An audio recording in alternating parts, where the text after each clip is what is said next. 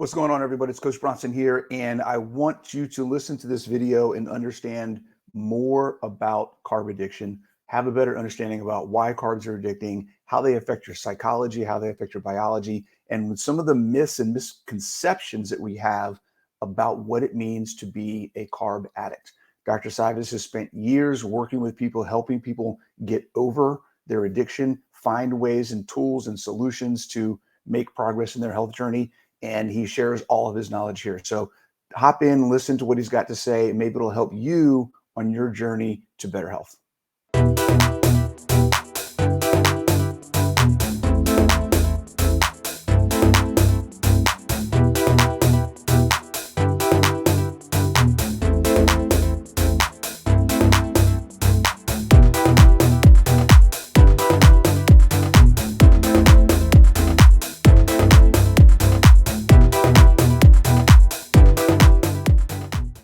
All right, everybody. Thank you for joining us for another fantastic episode of Digging into Dr. Cywes' Brain. It's a very shallow little dig, I promise you. We're going to change it up a little bit. The last time we talked, we dug into a lot of metabolic stuff. We talked about metabolism and energy and GLP-1 and insulin resistance and all these different things. But I want to flip it a little bit because you're the carb addiction doc. You are primarily working with people and you do a lot of work. I saw a video that you did with one of the guys from CrossFit, with Mike Giardini, I think, from CrossFit Health, where you talked a lot about the psychology of the process of dealing with addiction. And I really want to dig into that because a lot of people identify with being an addict, and whether that's good or bad or indifferent, I'd like to address that, but then just kind of explain to people and just give people education, because the general populace doesn't look at carbs as being addictive, and they don't see carbs in the same way as we do in society as smoking and nicotine or alcohol or drugs and things like that. And carbs are just this thing, and people look at us weird when we say I'm a carb addict. So there's a bunch of stuff that we can dig into. What is carb addiction? How does it start? What are the different aspects that we have to look at? How do we fix it? There's all sorts of stuff. So if you wouldn't mind just kind of starting with, how did you get into being the carb addiction doc? And then what exactly is it about carbs that are addicting? Right. So you've said a lot, and let me just, there's some key items that need to be addressed here. The first most important thing is that the word addiction, or the concept of addiction, is so misused and so misunderstood and so misapplied. My definition of addiction, and there's tons of definitions. Probably the most powerfully used one is the DSM-5, which is a psychiatric definition, and certainly carbohydrates fit into those categories. But I'll talk about that second. My definition of addiction is chronic excessive use of a substance or a behavior. So there's process addiction and substance addiction. A process or a behavior for instant upfront endorphin relief. So it's got to activate the endorphin chemicals in our brain. It's got to light up the brain to the point of harm. And that is the key thing, to the point of recognizable and measurable harm, and then ignoring and distorting the reality of the harm to continue to condone the behavior. And every one of those elements is necessary in order to be able to correctly, in my opinion, and it's purely my opinion, use the word addiction. So that's the first thing we have to quantify, the nomenclature. And that's how I've done this over the last 25, 24 years. The second part is that you're too young, but I grew up in the late 50s, early 60s, when everybody smoked and doctors were telling people, hey, nothing wrong with it. It's wonderful. It relaxes you, it chills you out. There's no harm here. And when the tobacco company said, don't worry about it, we're all good, we've done the studies, there was a physician in Boston who raised his hand and said, hey, nicotine and smoking is connected to lung cancer. And he got actually banished from the Boston Medical Society, which is the licensing society in Massachusetts, because he was creating a stink about something that everybody said didn't exist. Right. And that cost us 20 plus years and millions of people dying of heart disease and lung disease because of the fallacy that smoking is a toxic, addictive substance. So but now everybody knows that smoking is a bad idea. Right. In exactly the same way, we are now in the, bless you, we are now in the advent of recognizing that carbohydrates are addictive substances. It's interesting. I was just talking with you about Prof. Tim Noakes, and a week or so ago, it hasn't dropped on my channel yet, but a week or so ago, I spoke with Prof. and he trained me. I'm in the early 80s, he trained me. So I've got a long-standing relationship with him, but I was invited to do a talk in their addiction day, their carb addiction day. Now, 12 years ago, I first spoke about carbohydrate addiction at a conference he held in Cape Town. It was his breakout conference. And I was blown off the stage. I remember Zoe Harkham, she's like this tiny little person, and she's just wonderful. I love Zoe to bits. But she came up to me and she put her finger in my chest and she said, "You don't know what you're talking about." And then when she wrote a book a couple of years later, she included several pages about what we talked about. So the thought process evolves, even for the so-called experts or those that I look up to as mentors and knowledgeable. Yeah. And Zoe and I just hit it off so well. She's brilliant. If anybody, by the way, I'm just going to put a plug out there. Her Monday newsletter is fabulous. It's free. You sign up for it. It's ridiculously good. And she takes a scientific paper and breaks it down. And she's a dietitian, but also a statistician. So she kind of figures out the truth in papers where they're trying to BS us. But coming back to addiction, they don't BS us in papers. What are you talking about? No. Science cannot BS you, of course not. And she rails against the epidemiology. She's very good about that. But the point is that this is evolving, and we're now starting to see this. So a woman by the name of Nicole Avino, who's also brilliant. She works at, I think, Columbia University. She's a neuropsychologist, and she does a lot of animal experiments and human experiments that have demonstrated categorically and objectively the nature of carbohydrate addiction and how, whether it's rats or humans, how they display that addictive behavior. And she sat with the DSM-5 criteria of addiction. She wrote several papers that in her experiments confirmed that carbohydrates, when fed to rats in excess, as we talked about, or when fed to humans, produced those DSM-5 characteristics. And she does some brilliant talks on that. So, we've got another addiction day coming up in Boca at the Low Carb USA Summit. So the concept of addiction is beginning to evolve. So where did I come up with it? Well, the first part was I had to change in the late 90s the pervasive concept that fat makes people fat. And one of the first aha moments I had, and I'll tell you about an oblivious one and a conscious one, is I'm a pediatric surgeon. I operate on kids, and I took a gallbladder out of a 13 or 14-year-old young man who weighed well over 300 pounds. And he had gallstones, took the gallbladder out, and I was in his room after the next day. And I walked into his room. This kid is enormous. His whole family's enormous. And they're sitting there pigging out on a bunch of food. And I looked at the food, and 85-90% of what they were eating was sugar and starch. And they were drinking sugar and starch. They were eating it. And I looked at this. There was some fat because there were fries and that kind of thing. But the amount of fat was pathetically small. Mm-hmm. So the aha moment is, if he's fat because he ate fat, how the hell can he be fat from something he's not eating? Right. If 85-90% of what he's eating is sugar and starch, then how can that not be the thing? I mean, and that's on top of the lab work. So when you look, and this is the interesting thing, when you look at the average obese person or a type 2 diabetic, and those are culminating diseases of chronic excessive carbohydrate consumption. By the time you have type 2 diabetes, your A1C above 6.5, or by the time you are more than 50 pounds or maybe 30 kilos overweight, that is no longer just a mistake. That is no longer that has become a lifestyle. That defines who you are. And we'll talk about that in the context of addiction in a second. So if you look at those people, their defense mechanism is so incredible that there's no way that they will recognize that they are that person that's consuming 80% of their calories as carbohydrates. Only once they start to quantify it do they, wow, I didn't know that. The second part is the confusion by the world out there, like the tobacco companies try to confuse us before, where they talk about healthy carbohydrates. I just posted a picture on my Instagram page the other day of a Qatar airline diabetic menu, and it was all fruit. Yeah, it was all I mean, it wasn't a diabetic menu. It was a how to become diabetic menu.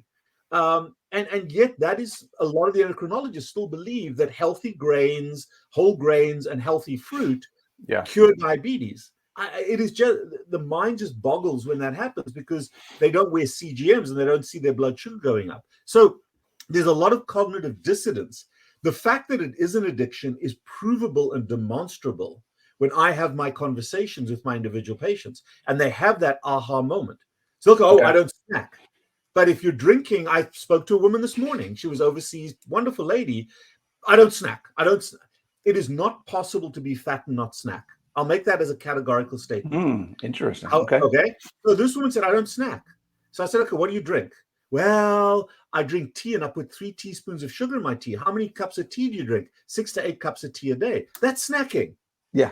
Just because it's a drink, it doesn't mean you're not. Yeah. It's the same thing. So the problem, and it's good, she's not lying to me, but it's that distortion of reality. I'll give you another story. A couple of years ago, I was flying to Seattle to give a talk, and I'm sitting on an airplane typing up my talk, and there's an enormous person sitting next to me.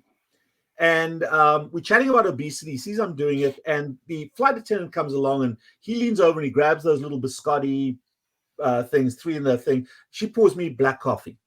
And about every 20 minutes on a 4.5-hour flight, she's coming by, biscottis for him, more coffee for me. At the end of the flight, we get up, we've had a great conversation. And I turned to him and I said, by the way, how many of those little biscotti bags did you eat? And he looked at me and said, I think I only had 1. And I counted, he had 8. He had 8, okay? I counted them. So the question is, was he lying to me? No, he just wasn't registering, wasn't even registering. Exactly right. We do what we do. If it's what we do, if it's what defines us, we know we did it, but we're oblivious to how much. And I'll tell you how I understood that he wasn't lying. He was oblivious to it, is that I drank coffee. I know I drank a lot of coffee, but I have no idea how much. Right. Because she kept on refilling it so I have no idea. And it's exactly the same thing with addiction. It's not that we're lying to each other, but if you walk behind someone with a little clicker and you click how often it's happening, then they have, because if they really knew, they do something about it. Yeah, I see that all the time when I work with clients and I say, okay, what have you eaten today? What have you eaten in the last week? And they go, I don't know. I said, okay, well, for the next week, I want you to write down everything you're eating. And they look at it at the end of the week and they're like, holy crap, I had no idea. Right. And it's a huge piece of it. I talk about awareness all the time, and that awareness is really something that we need to develop because we don't have it. A lot of people don't have it. Absolutely. So I think that as we work with individuals, they typically, not always, they sometimes are locked. I had a woman a little while ago who was telling me that the reason she's fat is because the air in Florida is very humid and it's all water weight and it sucks in through her pores in her skin. Okay. She is so pre-contemplative. I'm not going to argue with her, but she is not ready to begin to make a change. Mm-hmm. So, and with respect, I have to help that person to move toward the contemplative stage. But the other part that you just said, which is also an ironic mistake that dietitians make, you tell people to write down what they ate. That's silly. That's recording history. What I tell my patients to do is write down what you're going to eat today. Mm-hmm.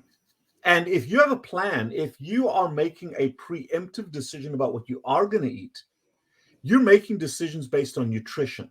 But if you're making choices in the moment, it's contaminated by emotional need. 100%. So if you come home and you've had a rough day and you're pissed off and angry, what am I going to eat? It's going to get ugly. But if you knew last night that you're eating a ribeye steak tonight, you're looking forward to that, you're going to do well. So don't record history. Be proactive if you're going to treat addiction by looking forward to what you are going to eat. The second big thing about addiction that people don't connect the dots to is it isn't about what you're eating. Carbohydrates are not a problem. Carbohydrates are not a problem. In fact, we exist as a species because of carbohydrates. Carbohydrates are not the problem. Alcohol is not a problem. It's a person's relationship with it. And the question is not what you're eating. The question is, why am I eating this right now? Why am I eating? Why am I having breakfast? Why am I eating this loaf of bread? Why am I eating this rice? The why is what defines addiction. Yeah. So you're getting into the different aspects of the psychological addiction versus the physiological, the biological addiction. And what is it's a chicken and egg thing, right? what comes first? How does Well, where does they that always happen? go hand in hand. It's not chicken and egg; they go together. Okay. Okay, so it doesn't matter what the drug is, whether it's alcohol, nicotine, crystal meth, crack cocaine, whatever it is, carbohydrates. There is a physiologic dependency on that pathway. And with sugar, it's the rise of there's two aspects to it. When you look at the sugar itself, it's the rise and fall of blood sugar. When you're fat adapted in ketosis, your blood sugar is flat. And the reason for that is because it should be, in a healthy person, regulated by the liver. What fluctuates a lot, irrespective of what you're eating, is your portal venous substrate. So when we eat, the food should be broken down by the intestine, and protein and sugar goes up the portal vein to the liver. And the liver sits at the top of that blood vascular space and regulates and controls almost all of the sugar and almost all of the amino acids that go through it. The liver then will spill a little bit over or release a little bit into the systemic blood system. But all 100% of in a normal person, now if you've got liver disease, you develop channels around it, but close to 100% of our blood flow from the gut flows to the liver. And the liver is the central governor of metabolism when it comes to proteins, amino acids, and sugar, and short chain fatty acids and ketones, probably about the C12, C14 level. Larger chain fatty acids bypass the liver, go into chylomicrons, and go directly to the fat cells and to the body because they run through the lymphatics. They don't get absorbed into the bloodstream. And that's an important concept when it comes to lipid metabolism. So the chylomicrons are jam-packed with all the lipids, and they go to the fat cells. So that's the first thing. And then as you are using carbohydrates excessively, and by the way, the liver is the largest utilizer of insulin because insulin comes from the pancreas straight to the liver. And that's why we measure C-peptide on the front end. C-peptide is how much insulin the pancreas produces, and insulin gets measured in the bloodstream on the other side of the liver. So you can quantify how much the liver is using when you understand those numbers. Okay. And so the liver uses a lot of insulin, stores some of that as glycogen, turns some of it into fat, and then releases some into the bloodstream. And yes, the bloodstream does rise up slightly, but then the insulin is there to distribute that slight rise in gradient into the tissues that need and store the sugar. Right. However, when you are consuming carbohydrates beyond the liver's capacity to handle it, to regulate it, then it spills over systemically. And now you're starting to get these massive fluctuations of sugar. So fluctuating sugar is one of the measurables. The less easy thing to measure is insulin. And what's happening is insulin is spilling over into the systemic circulation. And the concept of insulin resistance, and it is a real phenomenon, despite what some other people say, it is a measurable equation. Just like E equals MC squared is a real thing. Ask my friend Albert. It is a real thing. It's an equation.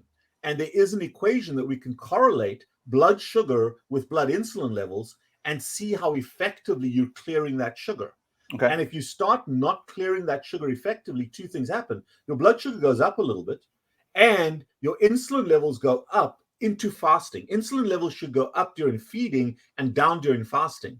Right. And if insulin levels stay high through the fasting period, continuously through the day, that's how we get blood sugar first thing in the morning, usually the longest fast, and fasted early morning blood sugar and insulin levels. That's when I measure insulin levels, because if your insulin level is high in the morning, that's problematic. Gotcha. So what is that? What is the high blood sugar and the addictive aspects of carbs? What's the connection? So the first part is that's the physiologic addiction then. So your body then becomes so dependent. So as Tim Noakes said to me, and I'll be releasing that video in a little bit, the primary obligation of the body, because sugar is so toxic, of the systemic circulation, the circulation on the other side of the liver, is to clear blood sugar. Okay. And while and this we can discuss, but it is a evolutionary and a physiologic fact that most cells in the body preferentially they prefer fat as a fuel source, not ketones, but fat. Okay. However, when you have to use the cells of the body as a sump for sugar, that fat amount goes down, and certainly the ketones get switched off so that the body can handle the sugar. And in fact, the body has three beautiful ways in which it handles excess sugar. However, it shuts down fat mobilization, it shuts down ketone production, and that is an insulin's job. Insulin shuts those things down because it has to clear the sugar. Right. And over time, your body gets dependent, physiologically dependent. I could chop your brain out, or you could use me because I don't have much of one, and you could feed me sugar in my veins if I'm brain dead. Or my brain is not even involved in this. So there's no addiction. In other words, if my brain is not involved, it's not the psychological. Addiction. Right. Yeah. There is a physiologic addictive thing, just like we see with nicotine and alcohol. But then the endorphin high, that mental need, the psychological need for the drug is a large part of that. And there are certain changes that happen in an addict's psychology that are measurable and quantifiable irrespective of drug.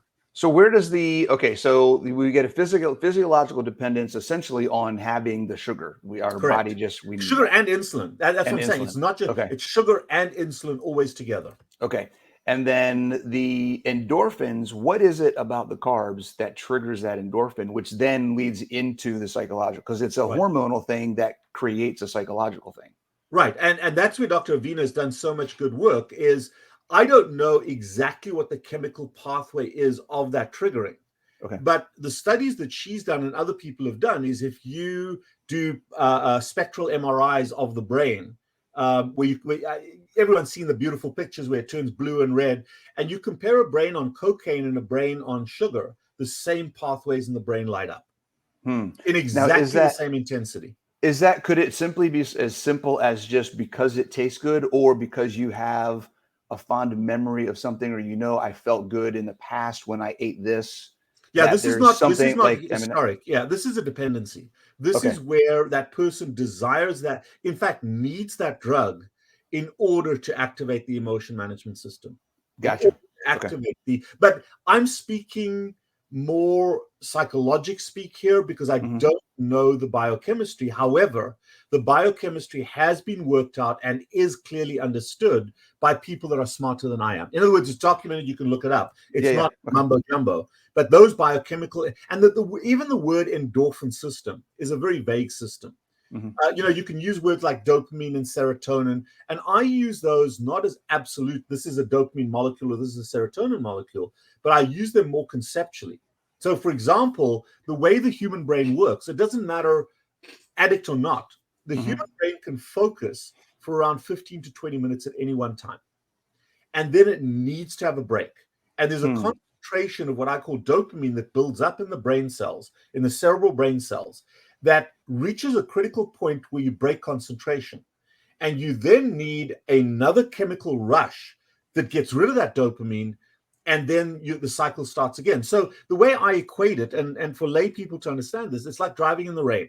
You're driving in the rain, the water is falling on the windshield, obscuring the windshield. That's dopamine. You put on the windshield wiper, it goes boom, boom, and clears the water, and then it rains again. And the human brain works like that all the time. So I coined a phrase, and these are all phrases that I've coined based on my work with my patients and with myself, because I've been that fat guy, I still am up here. I call that a mind cleansing moment. And every human being has a quirk that is a dominant quirk that is their mind cleansing moment.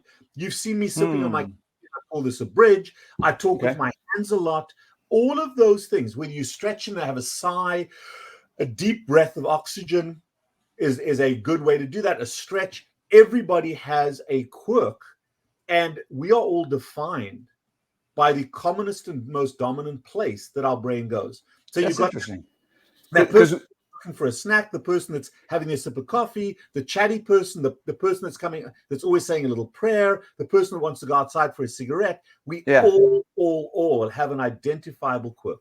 That's interesting, because as you were saying that the human brain needs to take a break every 20 minutes, I'm thinking to myself, there's no way, because I work, there are times where I'm at my computer doing stuff and it's nonstop for 2 hours. But then when you're explaining what that can be, what that quirk is, I just did it. We're 23 minutes into this talk, and I just crossed my leg under my other leg. And I realized, holy crap, I do that all day long. Right, we do. Every 20 or 30 minutes, I'm crossing I'm doing some kind of shift in my chair or doing something that breaks that cycle of concentration. Even if it's only for a minute or 30 seconds or 10 seconds, it breaks it. That's fascinating. I've never heard that before. What's interesting about obesity and about diabetes, really carbohydrate addiction, is that we surround ourselves with access to our drug of choice. The smoker's always got their cigarettes over here. The alcoholic's got their whiskey in the drawer. The fat person has a little snack or a little something to drink. And when I was fat, it was Coke and M&Ms. And I had them in my office, and I'd go and see a patient, come back, have a handful of M&Ms and a Coke. So it was small amounts. But if you add those up, small amounts 20 times a day is a massive. Right. Nobody smokes 20 cigarettes at one time. It's a puff here, a puff there. By the end of the day, it's 20, just like that guy with his biscotti. So one of the training things that we do with our patients, again, another little phrase I coined, my brain thinks in terms of anecdotes and little words I can hang my hat on. So you'll hear these quirks from me. A snack is always, always, always an emotional event. Okay? I like that. However, a snack is something we put in our face that contains calories. A bridge is something we put in our mouth that contains no calories, that gets us across that need for a little mind cleansing moment that doesn't cause caloric harm. Does that make sense? Okay. Yeah. Okay. So because a lot of people say, oh, well, I'm eating nuts, or I'm eating cashews, or I'm eating some jerky. It's keto. It doesn't have carbohydrates. It doesn't matter. It's still calories for your head that over time accumulate. And if you're trying to lose weight, it may not get you to become fat, but it inhibits weight loss because you've continuously got calories going in. You're continuously triggering that portal venous pathway. Okay. So here's a controversial topic then when we're talking about this. Are you a proponent of, or do you care if you have clients, because it's technically no calories, who are doing diet sodas? No problem with that whatsoever. So here's the thing. If all you drink every day is water, don't go and drink Diet Coke. But I don't care in the first phase of this. I don't care what the hell you drink, as long as you develop a relationship with it, number one, and number two, that it is calorie free. So, this is coffee in here, and I'll explain that to you in a little bit. But I went from drinking literally a case of Coke a day to coffee. Now, my coffee used to have 4 spoons of sugar in it. Now it's none. So is my coffee perfect? Hell no. But it is my methadone. It is my nicotine patch. It is that thing that protects me from all the others. I like how you said in that initial phase. So, because I've talked to other people, and like I think Dr. Westman's very similar. Like he doesn't care if someone's starting out that they're drinking Diet Coke. If it's it's better than regular Coke. It's better than whatever else that they were drinking, Slurpees or who knows what else they're doing. Is that something that eventually, like we want to get to something that's different? One of the big enemies of addiction management is perfection. And in fact, the desire for perfection often defines an addict, but we could talk about that separately. That's a whole nother discussion. Right. So the important thing for me, the only thing about an alcoholic, what is the only thing an alcoholic should do? Should do? Besides not drink alcohol? No, it's the only thing they should do is not drink alcohol. That's it. Yeah. Nobody tells an alcoholic what they should drink. Gotcha. It's just don't drink alcohol. And yet we love to tell fat people what they should drink. That's ridiculous. Don't consume sugar, period. But you want to replace that sugar, the role of that sugar, with something else. And that's that bridge drink. And you know what? If it's Diet Coke, it is imperfect. Absolutely. It's not ideal. But it's absolutely fine because it doesn't contain sugar. Yeah. So, nobody at AA demonizes an alcoholic for having a Diet Coke. Absolutely. Absolutely. And that's actually a really good point, because it's something that you hear a lot from the coaching perspective when you're trying to get people to focus on the right things. And the analogy, and there's been the study, or the I don't know if it was a study or anecdotal evidence, but if you take a mountain biker or a skier and you tell them don't hit the tree or don't hit the pole, they're going to be more likely to hit the tree or hit the pole, because that's what they're actually focusing on. It's in their head. If you tell them do something else, or this is what you can do instead of what they can't do, then they have much better success. Right. Now, as I said, don't ramp up to that. But if you're ramping down from it, it's absolutely fine. So we're not looking for perfection, but we are looking for health. And I've got plenty of people who drink Crystal Light or drink a Diet Coke or drink a Fresca, and I'll drink a Fresca from time to time, who are biologically about as healthy as you can be. It doesn't trigger glucose. Doesn't give you an insulin response, at least. That's what I was trying to say. The artificial sweeteners, unless they contain sugar like stevia, the regular artificial sweeteners do not trigger insulin. So that's an important myth. The sugar reduced ones like stevia do.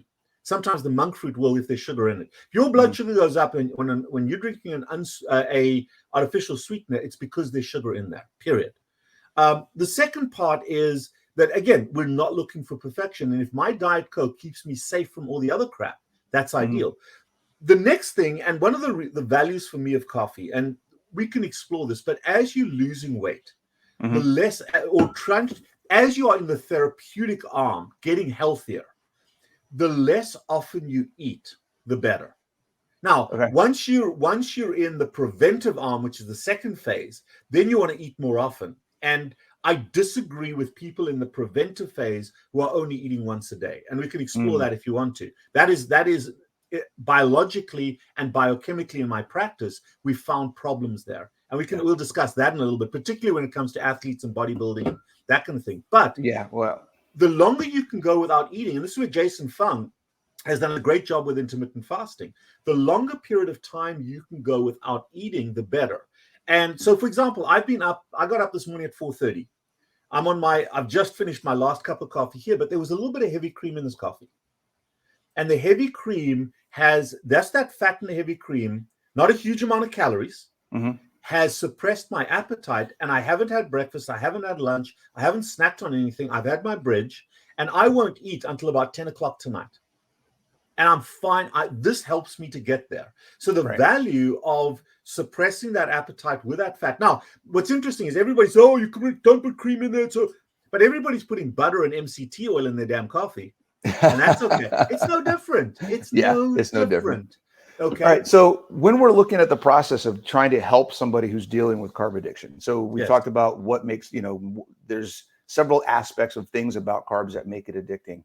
What do you approach first? Do you look at it as here's a protocol that we put people through? Do we try to address the psychological issues first, the biological or physiological issues first? How do you address that solution? There's a beautiful book called Changing for Good, written by a guy, three people, but the lead author is Prochaska. It came out about 30 years ago. And these are psychologists in Connecticut that looked at a group of smokers who successfully quit smoking. And they looked at the stages of change that they go through. One of the worst things we do, which is kind of still a vestige of the diet mentality, is here's your diet, start tomorrow, and you jump in the deep end and you crash and burn. It is an awful thing, because by the time you have an addiction, it is who you are. It defines who you are. You can't change who you are in a day. I'm 24 years into this, 23, 24. I'm still evolving. I'm still getting better at what I'm doing. So that's a process that doesn't end until after you're dead. So you don't have to do it all at once. You don't do it today and expect results tomorrow. It's a process of change. And part of that process of change, the first one, as I talked about earlier, is to get somebody from that pre-contemplative state where they've minimized and trivialized and rationalized their existing behavior to contemplate what's wrong. And you want to look at the total carbohydrate content or the carbohydrate content of everything you're eating and drinking to have that aha moment. But then you also want to connect, why am I doing this right now? You want to connect the number of times you think of eating or drinking with why. Am I anxious? Am I stressed? Because here's the key thing. And this is another thing I laugh at when I listen to dietitians and other people talking. Well, let me ask you this so I can laugh at you a little bit. What should be the motivation for somebody eating? Why should they eat? Why should they eat? What should motivate somebody to eat? Hunger. Absolutely 100% wrong. Okay. And I'm pleased you said that. And again, I'm not critical or judgmental, but it's insight. Yeah. When an alcoholic says, "Oh, I need a drink," it has nothing to do with hydration. What they're saying is, or a smoker says, "Oh, I need a cigarette." What they're saying is, I'm having a little emotional moment here. I need relief. My relief comes from alcohol or nicotine. when a fat person says they're hungry, it is almost never that their selenium levels are low. It is never a nutritional driving force. Okay. It is always associated with I'm stressed, I'm anxious, I'm depressed, I'm sad, I'm bored, I'm having fun. So, and if people, oh no, that's not true. My stomach's rumbling. That's just gas and air. And if somebody else in the room in half an hour's time, you're going to fart and they're not going to like you. And the way that we define this is this: we are living for the first time ever, really, as a species, with minor blips in an era of abundance. Hypernutrition, overnutrition, ridiculous abundance is our problem, not a lack of nutrition for most of us. The second thing is, if you look at Jason Fung's work, I don't know if you've ever done an extended fast.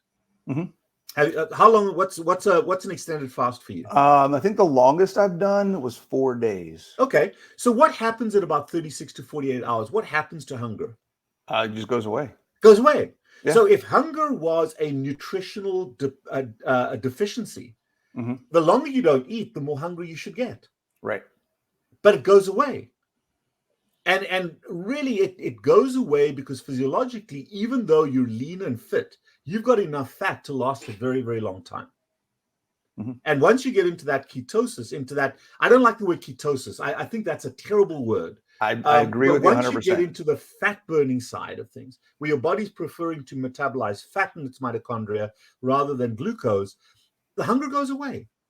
Okay. So what is that? What I want to answer? I want the answer to your question. When should we eat if it's not hunger?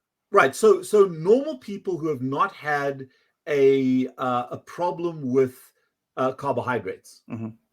Hunger is that hormonal driving force, because it's a hormonal driving force. It's the body saying, "Hey, I need nutrition." Okay. So if you're healthy and you have a good relationship with food, you haven't had correct. Same thing as when I say I'm thirsty. It doesn't mean I need whiskey. It means I need some water or something to drink. Okay. Well, I don't know now. Well, I know. At times, like this weekend, I know when I'm thirsty, it's bring me another one. But for the most part, addicts have lost the ability to define or to use hunger as a driving force to eat, because it's spontaneous and we never know, are we eating because our bodies need it or our brains need it? But if you are preemptive about your meals, I'll give you an example. I feed my dog twice a day, every day. He gets fed at the same time each day. And it's not whether he's hungry or not, it's he's getting fed to replenish his nutritional needs twice a day. And if you are an addict trying to recover, get into a habit slowly over time where you start out maybe with 3 meals a day, then you drop one of those meals and you set up proactively 2 meals a day. So I knew last night what I was going to eat today. I have the opportunity to eat 2 meals. So any doubt is gone. And then you just need to know that over the course of several days, I'm going to meet all my micro and macronutrient needs. And if you come to a meal and you're too busy or you don't feel like eating it, skip the meal. You're not going to die of anorexia until you look like one of the Olsen twins. So learning to skip meals is important. But what do? We say, oh, it's 12 o'clock. I'm too busy. I need to grab something. I need to go through a drive-through. And I need to pack a lunch for 12 o'clock. No, you don't. Dine in. I tell people all the time, like, you don't have to eat. Just because everyone else went to lunch doesn't mean you have to. Like, you can, it's okay. There's a lot of aspects of that. Okay. So let me look. I'm looking at my notes real quick here because we only have a few minutes left. Let me ask you a couple questions that I think. Can I just make one fundamental point here? Yeah, sure. Okay. Remember this, that addiction is a dysfunctional surrogate for a comprehensive deficiency of effective emotion management strategies. Oh my God. In fact, you knew where I was going. Okay, I didn't know if you were going there, but that is it. Such an important point. Is the drug doesn't matter. Well, you asked me, how do you start to do this? And everybody starts by changing what they're eating. Well, if you look in an addict's emotion management toolkit, there's basically carbohydrates, snacks, and binge eating, and cobwebs. Yeah. And if you remove the carbohydrates, if you remove the snacks, cobwebs are not a very effective way to deal with emotional tension. So relapses are very common. No matter how structured and strict you are, relapses happen ad hoc when life throws you curveballs. Yeah. So simultaneously, and carbohydrates are kind of nice because when you remove the carbohydrates, you leave 2 voids. you leave a nutritional void, which a ketogenic diet or a carnivore diet or even a vegetarian diet can fill. Some of them contain carbohydrates. And I'm not passionate about which one you fill. And that's an important point. But also it leaves a massive emotion management void. So simultaneously, everything that we do in addiction management is removal and replacement. Carbohydrates had enormous value. So when you remove them, you really have to simultaneously replace their beneficial aspect with some other endorphin activating, but preferably an effort-based action rather than a drug transfer. A lot of people who successfully quit smoking gain weight, and that's just a drug transfer. Right. That's going from one mechanism to another mechanism that's identical. But you want to go from instant gratification to what I call effort-based, where you have to pay a price up front. You have to make an effort to go to the gym or go for a walk or paint or play a musical instrument or have some meditation time. And the reward is on the back end where you feel unconditionally proud of what you're doing. And really what the pathway is to transfer your locus of validation from the eyes and ears of others and from an inanimate passive substance that gets you high to getting high and feeling good about what you did. And when you are proud of what you did, it is unconditional unless you add outcome metrics to it. So it's never about how far or how long or how fast you walked. It's about the pride you have in going for a walk. Just the effort that you put into doing it. Pride in effort builds self-esteem, self-confidence, and self-respect. Yeah. So what you're doing there, this is awesome. So just to maybe reword what you just said, make sure I got this right, is that replacing an external source of validation with your own effort and building your own self-worth and self identity around the things that you're doing to live a better life. Right. So I like to call that building your new identity. That's kind of how I look at it. You have this old person that you're trying not to be. Let's identify and visualize who this new person is, and let's start doing the things that person does.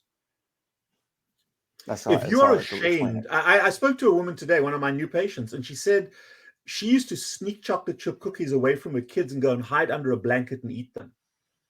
And that is shame.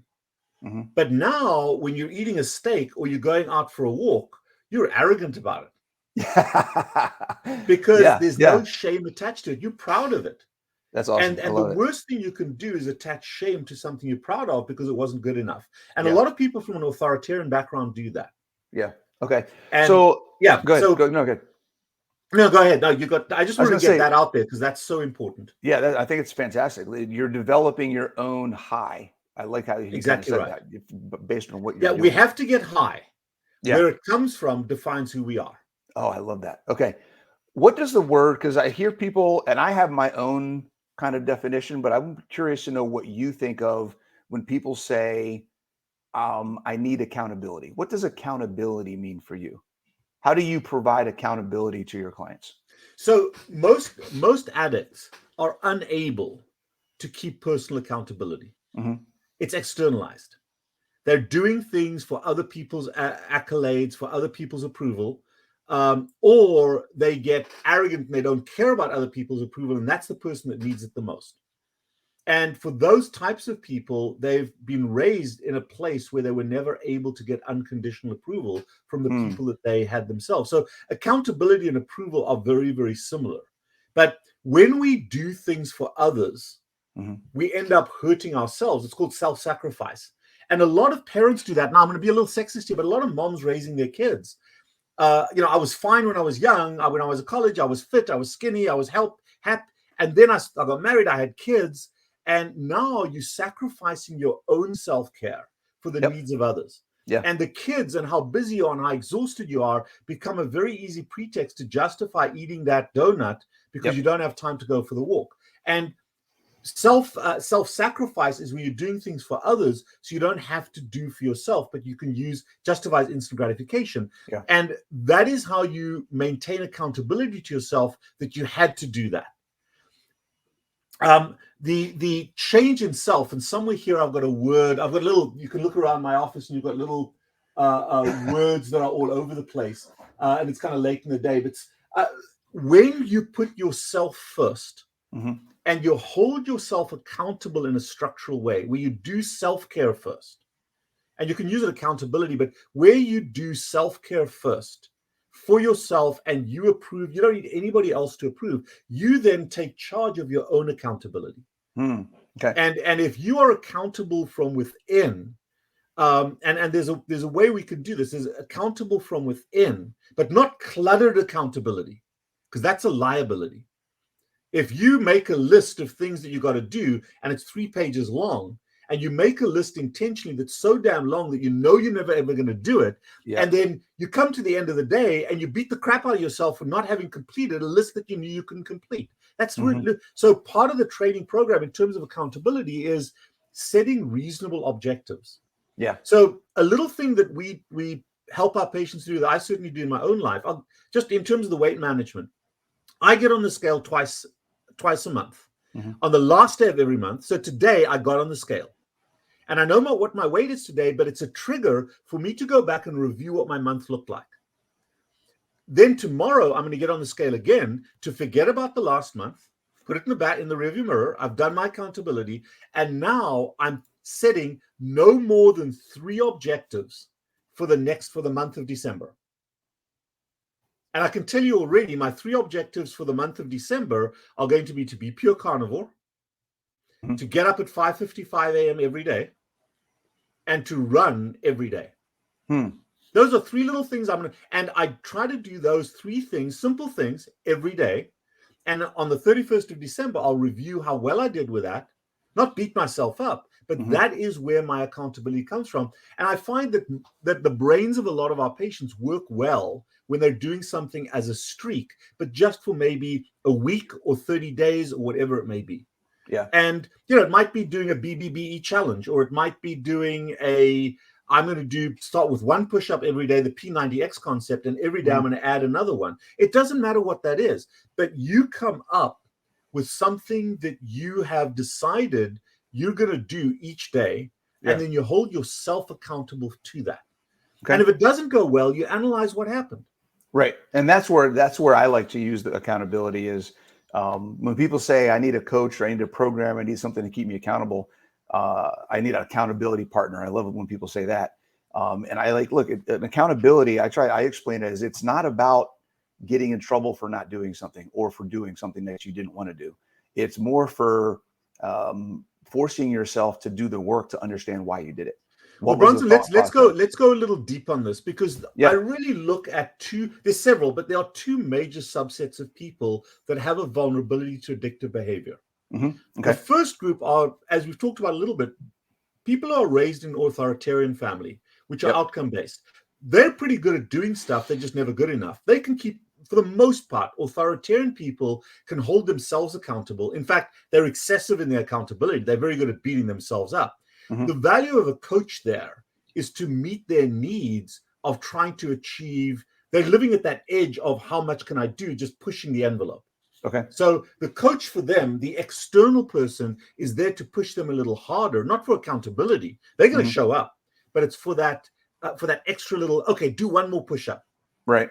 Right. On the other side, we've got an equally large group of people that are permissive people that grew up in a family environment where it's all about the now.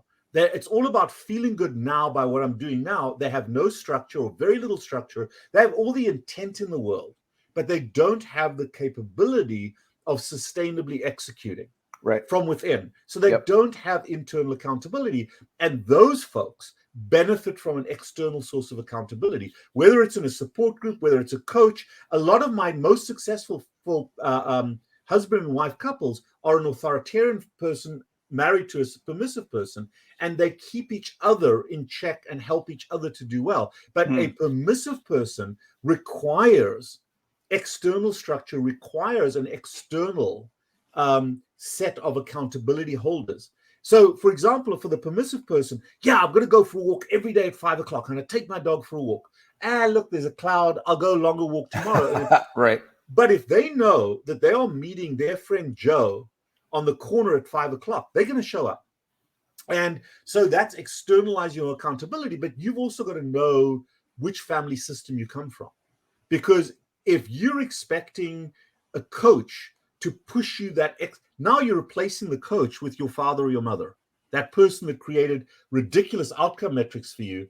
And instead of feeling great about what you did do, you feel like crap because you didn't quite meet their expectations. So as a coach, a good coach also wants to be sensitive to what personality background I'm your accountability partner because you're not able to be that person yourself. I'm that person who's going to push you, but also I'm that person that's going to give you unconditional credit. I've seen so many Jillian Michaels type coaches who that was great, but you should have done that extra push-up. I know, you just threw up. Fortunately, I haven't eaten today, so I can't throw up. But the point is that they are basically that authoritarian person's parent, and they are their best advice.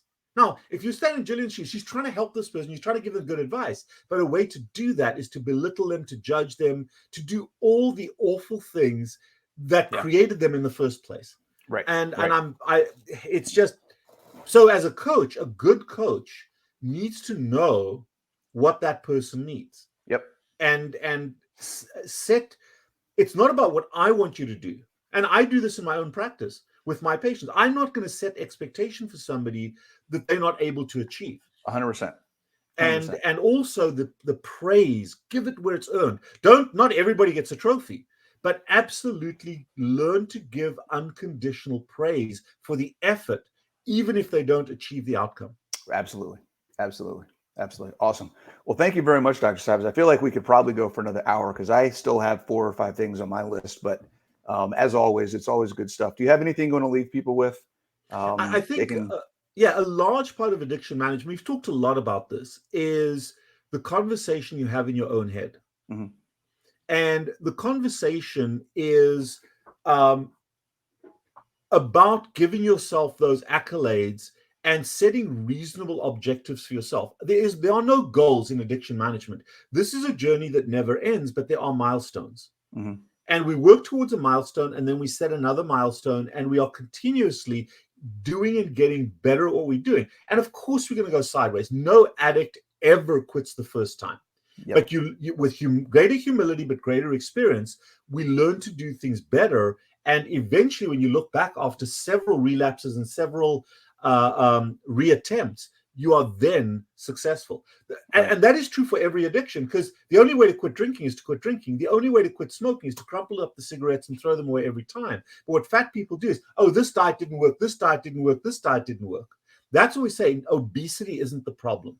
Mm-hmm. Diabetes is not the problem. Mm-hmm. They're just a consequence. The problem is a substance abuse problem. Yeah. And once you understand that what I'm working on here is not weight loss, I'm working on developing a healthier emotion management system. Boom. Then I'm going to be long-term successful. So that's awesome. The message. Okay, fantastic.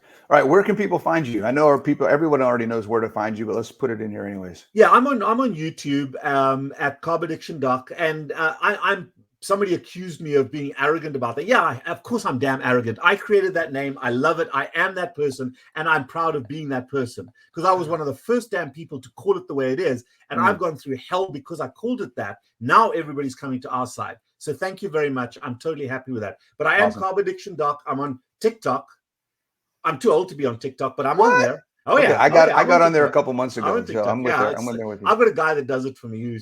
I'm on YouTube and I'm on Instagram, and I think I'm on Facebook as well. But I tend not to go on Facebook. It's just Facebook was becoming problematic for me. Sure. Some people watch a lot of porn. I was spending way too much time on Facebook. Yep. I actually just yesterday went and removed myself from like 20 groups. Yeah. So I have a guy that puts my stuff out there. So you'll see stuff in Facebook, but don't expect me to respond to you because I can't trust myself to go there. Fantastic. Awesome. Thank you very much, Dr. Cywes. I appreciate it. Thank you. Just one other thing. I am a clinically practicing physician. So I see patients every day, and I learn from my patients, and I learn with them every single day. And you're still taking patients? People can contact you? There's a delay to see. There's obviously a backlog, but if you text, call, WhatsApp 561-517-0642, that is the entry point into our practice, and Kim will set up a visit for you. Okay, I'll put that number in the description. Cool. Thank you.